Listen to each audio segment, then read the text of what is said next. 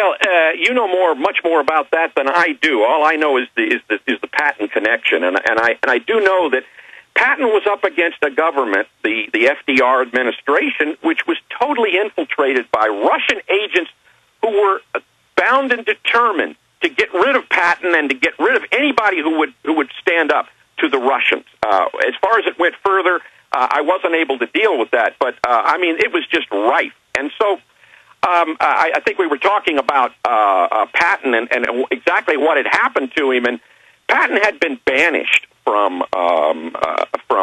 his jobs in Europe after the war. They didn't need him anymore. He was going to go home and he was going to tell all these secrets, and he was going to fight to get us to fight Russia.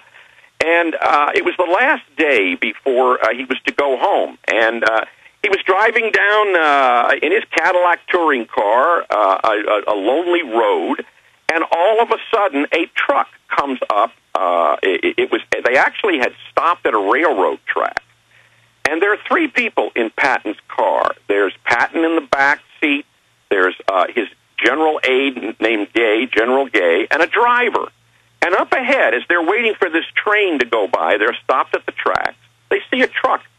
It's an army truck, and it's way in the front of them, but it's stopped on the side of the road. Well, when the train goes by, they start up, and this truck starts up towards them. Very, very suspicious situation. And then it comes right almost abreast of them, and suddenly turns in front of Patton.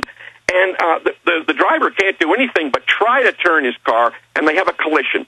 It's not a big collision, but it's almost between 10 and 30 miles per hour.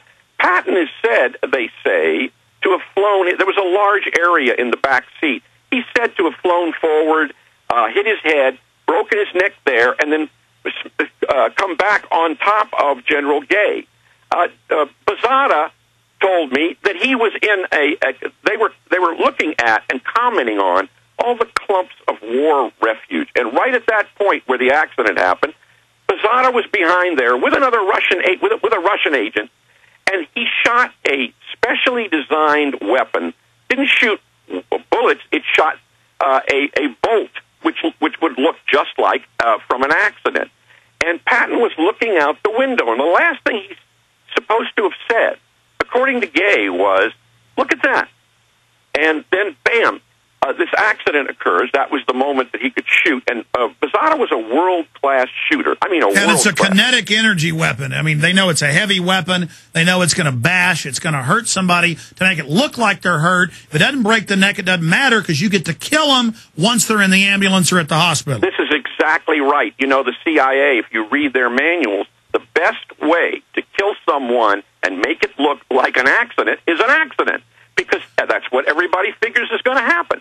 Anyway, Patton ends up with a broken neck and a tremendous gash across going from the bridge of his nose all the way to the top of his head.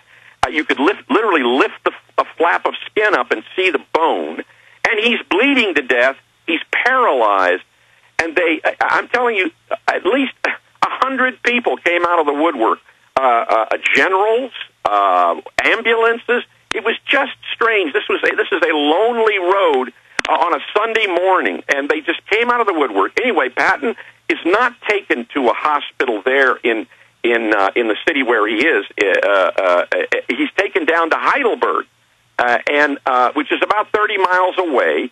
They figure he's going to die, but he's really, really strong, and he begins to rally, and he's doing so well that they're going to fly him home. This is 1945. This is December 45, but it would have been a terrible trip for anybody who wasn't really strong.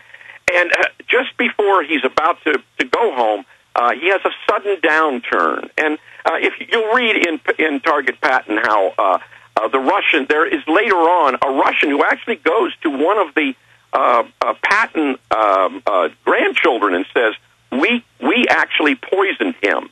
So they knocked him off. They poisoned him. That's the way you get them. You know, if you can't get them in the actual accident, then they go to the hospital, and then it's easy to get to them in various ways and kill him. There was no autopsy of Patton. That's another strange thing. So we see this over and over again. Why do you think the family's silent? Because they're scared of the system? I just can't answer that question. I always go back to the Kennedys. Why are they silent and won't let people? It's because I think either they know something they don't want to get out, or they feel it's besmirching their. I know most of them are scared. I know a lot of times women, when their husbands get murdered, come out and start saying something. The cops come and threaten them, and then say, "Look, your kids are going to be all right if you shut up." Well, and I have, Kennedy's secretary went public and said it was an inside job, and of course said that Jackie believed that. And I've talked to the eyewitnesses that talked to the secretary. So we know that goes on. We know that JFK Jr. was reopening an investigation when he died. So they will not talk about it, and the same way that the Patton family would not talk about it. But it is you'll also read in Target Patton that Mrs. Patton suspected something because she hired two private eyes to find out. She wasn't satisfied at the end what had happened. Those private eyes, I don't know what happened to their reports. And this brings up the other thing. After all of those people at that accident scene, the next thing I did is I went to the National Archives to find the reports by the MPs who were there. We know they were there. Nothing is there.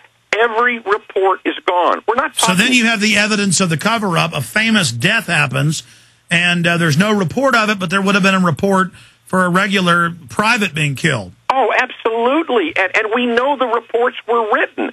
I know through other documents that I have found at the National Archives where these are mentioned that there were at least 5 reports or investigations. Yeah. So the cover-up is evidence of the crime. One of the classic evidences, not to mention Key Bono, who benefits, talking to the gentleman that shot him with the kinetic weapon, the Special Forces operative.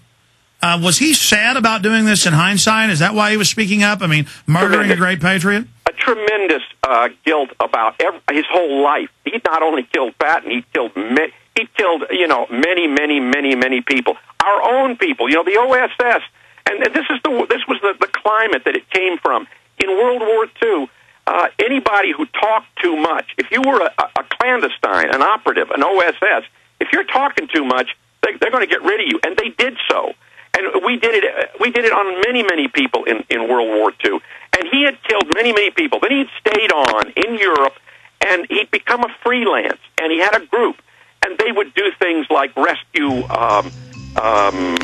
colonel for the French from the Algerians, and he was guilt-ridden, and this is one of the reasons why he told me all this. Well, we're going to have you back up, Mr. Wilcox, just to get into that founding moment of OSS and the CIA, because it's all the same tricks today, the near future. But we'll talk some more about this in the final segment straight ahead. The book is Target Patton. The website's Infowars.com. And don't forget, folks, we got the new anti-tyranny ball caps.